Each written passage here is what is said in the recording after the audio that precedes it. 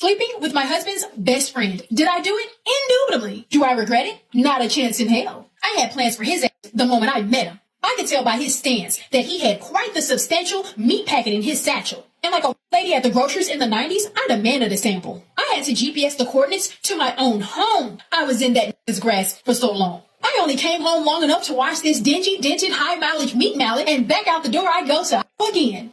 They say hell have no fury like a woman scorned, but in this case, this woman wasn't scorned. She's just a hoe. There should be an 11th commandment reading, "Thou shalt not marry a thought, for it is impossible to turn a ha into a housewife." The content that I have for you guys here today, and trigger warning, is entitled, "I effed my hubby's best friend," and this woman doesn't regret it whatsoever. Now, before we get started into the content, guys, understand, I do not condone bullying over here, so don't put her name down up into the comments so people can go and write her messages or what have you. Keep everything over here. But we must utilize the story time as a life lesson for each and every one of us. Make shaming great again.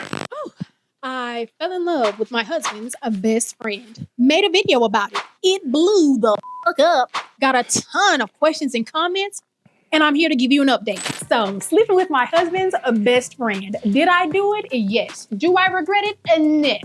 So hubby has started participating in this little flag football league, and that's where he met Derek. And that's when I was introduced to him. I thought that he was super handsome when we first met. And also it was his swagger, the way he talked, the way he moved, his mannerisms that really got to me. He came off smart, witty, and intelligent. 3 things my man was not. Wow. And I was intrigued, to say the least. And I wanted my ego to be stroked by knowing that I could have him if I wanted him. Wow. So the villainous and sneaky process began. So I too had a best friend.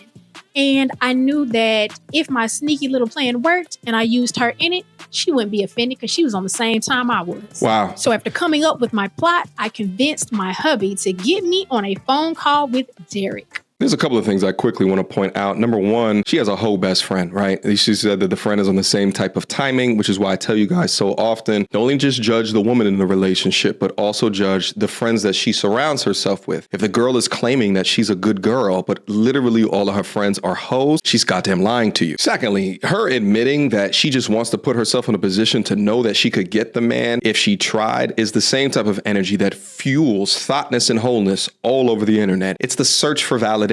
This woman got married under God, and instead of honoring her husband, is looking for validation and apparently eggplant outside of it.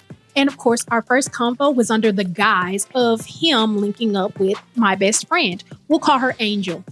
So me, Angel, and Derek commenced to speaking on the phone for maybe a week or so when she informs me that he's not really her cup of tea. It was music to my ears. My heart just soared. Because at this point, I had gotten my direct link, formed a relationship with him from talking over the past 3 weeks or so, and picked up on the hint that he was interested in me too. And I doubt it was even a full day between my friend falling off that conversation and me and Derek picking it right back the fuck up and continuing on. And it was perfect because I can speak on the phone with Derek while in front of my hubby, and it was cool because he thought Angel was on the phone too. It's interesting to see the great lengths that women like this will go through in order to get what they want, right? The manipulation tactics, even the whole story about trying to get her friends set up, and then now she has a direct line access to the other guy. It's so crazy. But look at this comment right here. You destroyed your household for a pook pook. No job, broke, no car, and no credit. Great job. This is why the house is so damn bad. Boop. But eventually our conversations got deeper and more personal, so we need a little bit more privacy. So what I did was I would make sure that I gave hubby a call a little bit before I knew he was going to leave work, and I would give him a task to do that he would have to call and confirm with me in order to complete. So what I would do was I would be like, hey, I want ice cream, but I'm not sure the flavor I want. Call me when you're about to leave the shop and I'll let you know what the flavor is. So at that point, I know that I have maybe about 15 to 20 minutes before he gets home. So that way I can naturally get off the phone without pacing back and forth. She's got experience. Looking to see if he's in the parking lot and all this other crazy. So yeah, I had it down pat. Things progressed a bit more, and then we started to meet up in person. Our meetups quickly led to our first kiss, and bam, before you know it, I was in the man's bed. Damn. And he had me turned on harder than an old school pair of clippers. I thought he was going to be a loving provider and give me a safe space and be my peace just as he had been, just in a more attractive fucking package. And true enough, things were hot and heavy for a while. Okay, now for months, all I did was work, come home, take a shower, and leave out to see Derek. I started off telling hubby that I was going to visit my mom. She lived maybe 10 minutes away, if that. But that did not hold up for a long time because I was gone every single night. Of course, he would call and she would confirm because she was not going to tell a lie. No, she is not here. Why do men become dogs? It's because they dealt with a woman in the past just like this one. Good women should hate women like this because they muddy the pool, they dirty the water for all of you. So that fell apart quick, but I did not give a shit because Derek was gone off me and I was gone off that.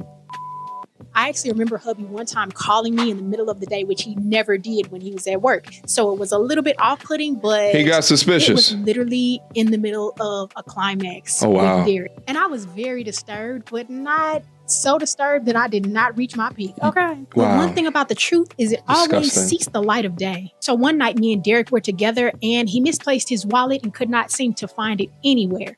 So after I got done with the long night of I decided to drop home, and I had his jacket still, hung it up, thinking that hubby would be none the wiser. Whatever.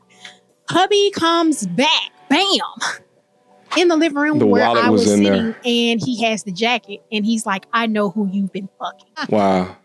I freeze because if you know me, you know I can't lie for shit. So I didn't know what the fuck to say. That's a lie. You seem like you've been doing this for months. You've been lying fairly well for the last couple of months. This man pulls out this man's ID. Yeah, out the wallet. Okay. Me being quick on my feet that night in particular, I say, yeah, Angela was with us and we were just kicking it. No biggie. You're a good liar. So that night was copacetic. Until one night we all decided to go to the local base gym. So hubby, the boys, and I were all pumping iron, which was a quick reprieve from me pumping dick. Now, to give you a lay of the land, we were on the bottom first level, and there was a second level that had treadmills right in front of it. So you could basically see the people that are walking on the treadmills. I saw a lady that fit his type, very much so. Light-skinned, cute girl. And then I noticed his absence. Then I put two and two together. And I said, let me venture my big fine ass up these motherfucking stairs to the second floor. And damned it if I did it and did not see him slouch down as if he's fucking stretching, but right beside the treadmill that this girl was on and sneakily talking to her. And Veni Vidi Vici. I came, I saw, I conquered. I had confirmed my suspicions, and just like that, I cut him off. I wasn't mad, wasn't sad, was just done.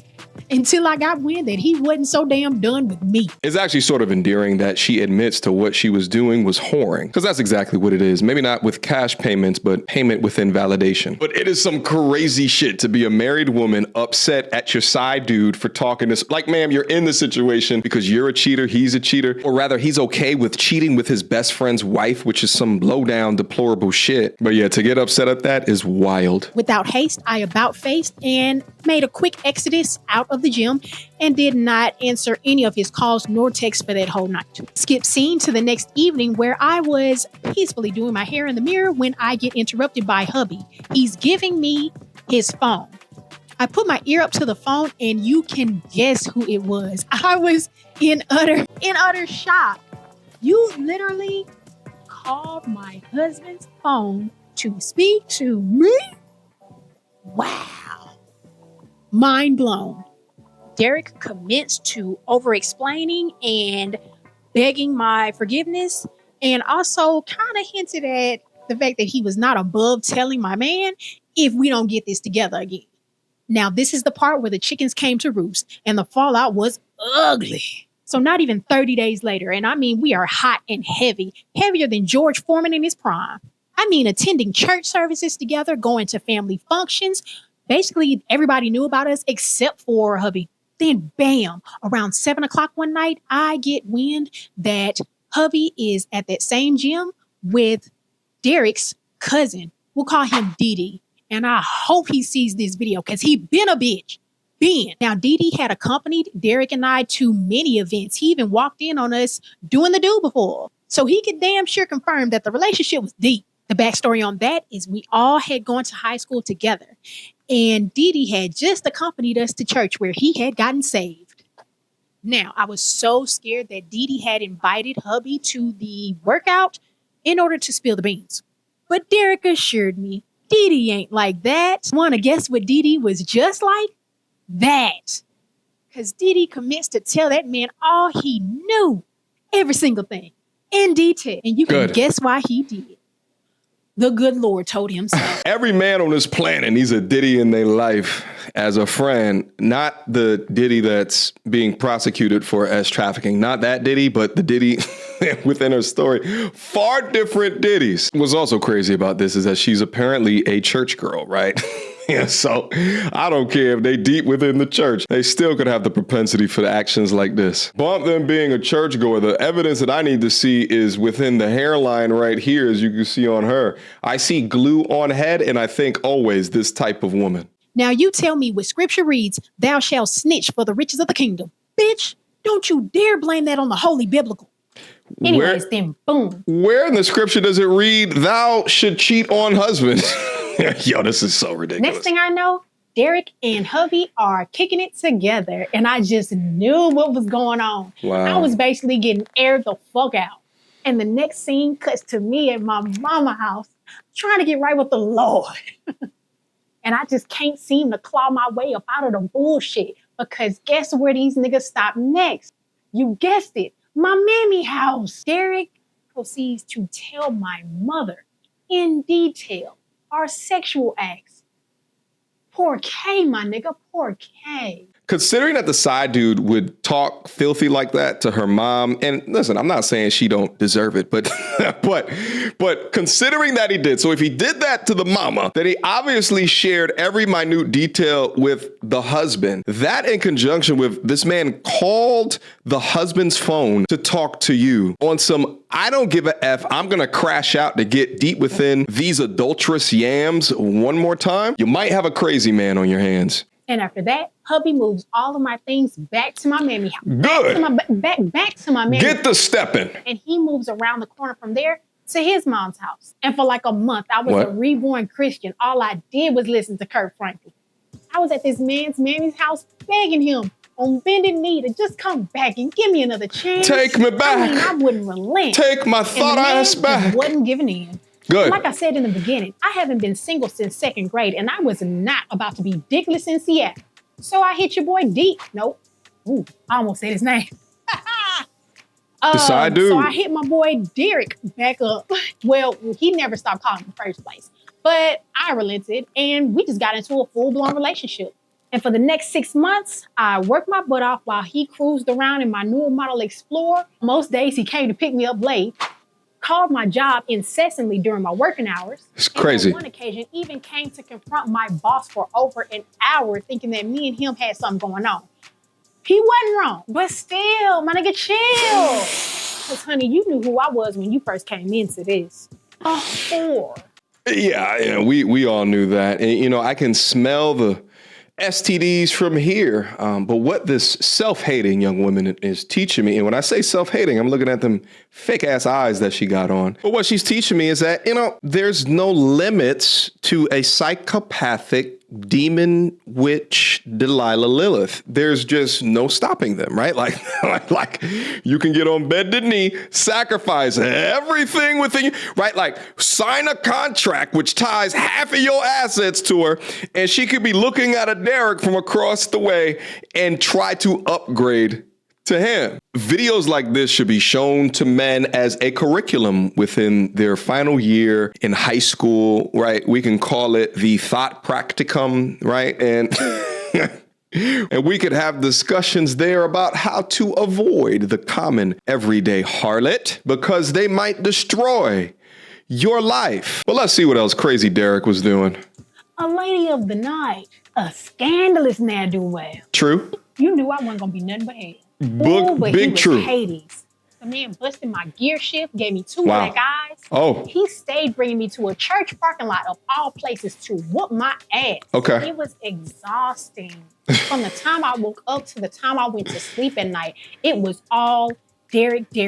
I had no time to myself the entire 6 months. I love to read. I love to make little jewelry and stuff. I didn't do none of those things. Nothing. I did nothing for myself. I don't even recall being able to watch a full fucking movie. Not a full fucking movie by myself. Well, listen, ma'am, you're toxic as shit. So like attracts like. You invited toxic. And the fact of the matter is that you saw some of these behaviors beforehand, but you ain't give a shit. And in fact, the toxicity or the red flags probably turned you on. Now, mind you, by the way, she never said that she got divorced. So while also apologizing to the husband, she's still messing with Derek behind his back. So miss me with all that abusive relationship ish. Hey, there's going to be consequences for your actions. I was never without him unless I was at work. And even with that, ring-a-ling-ling. In hindsight, I'm thinking this coochie must be something crucial. Because there ain't no way. Oh yeah, and speaking of workplace, I moved to another location. Tell me why I was mortified. An older lady at the job pulled me to the side and told me that she always notices bruises on me, pointed out a couple bruises that day, and was asking me, am I okay? Fucking mortified. So they already know I'm getting dragged around like a rag doll after office hours. Anyways, after 6 months, I ended that. I changed my number. I changed my phone. I changed my freaking carrier. Matter of fact, I changed my damn city. I moved like 4 or 5 hours away.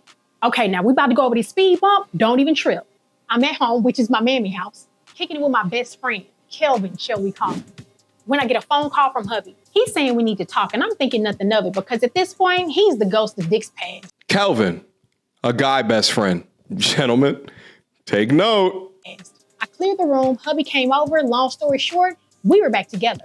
Bam. No! I moved to Baton Rouge 3 months later. Meet a fine ass cop. Wait a minute. No, that's you goddamn sip. You sip, sucker. You took this demon witch back after all of that. If a woman cheats on you, never forgive her. The number one thing that a woman could give you in a relationship, to me, is respect. Allowing another man to sever your inside. And especially she did it for months. But still, if she cheats one, she's out the door. But her doing that is the ultimate form of disrespect where there's no coming back from. But all right, she met a cop when she moved. Don't tell me you're about to cheat on him again after he took you back for the cop. And began another illicit affair. This sordid affair with this beautiful cop would go on to last more than 7 years. 7 years. I wasn't shit. Ow, No. I wasn't shit. You weren't. But hubby You didn't still wait. not. We actually had another child, got Another married, child. and we were happy for 8 years and all. I mean, during that 8 years, I was cheating the whole time, but still, we were happy. That is until I ended up officially leaving him for another man. Had a baby by the other man. Wow. All right, I've heard enough of this bullshit. If this is not a PSA to stay away from these types of women, then I don't know what is. Under no circumstance do women like this deserve any type of sympathy for what they've gone through. Under no circumstances do they deserve to be forgiven for their actions. God forgives. I don't. I wouldn't even recommend being into chicks like this, even just for the viscous innards, because as a man of purpose, value, and integrity, you're far too busy in your life to deal with knuckleheads like this. I don't care how wet the poom poom is at the end of the day, how moist the innards of the viscous innards are. It is not worth the bullshit. I remember back when I was in college and I hooked up with this one girl. She brought me over to her crib, and mid fun time, I looked over on the bedside and I saw a picture of her and who I'm guessing is her boyfriend. How do I guess that? Because they were actually kissing in the photo. And as soon as I saw it, I just got immediately disgusted. You already know from the time it took me to get up inside, she was a dirty young lady. But just to know, right? Like you're actively cheating on your boyfriend. What a dirty, dirty woman that you are. But yeah, stay away from women like this. Again, you can generally figure them out by the baby hair of horsehair, usually circumventing their forehead. Just take a look at that and you can generally tell who these lovely young women are. But that has been your video for today. Guys, leave me some comments down below. What do you think about this entire story, this entire situation? What would have you done if you was the Diddy in this story? Would you have told your friend or nah? But yeah, drop those comments below and let's have a conversation about it, all right? Until next time, YouTube, peace.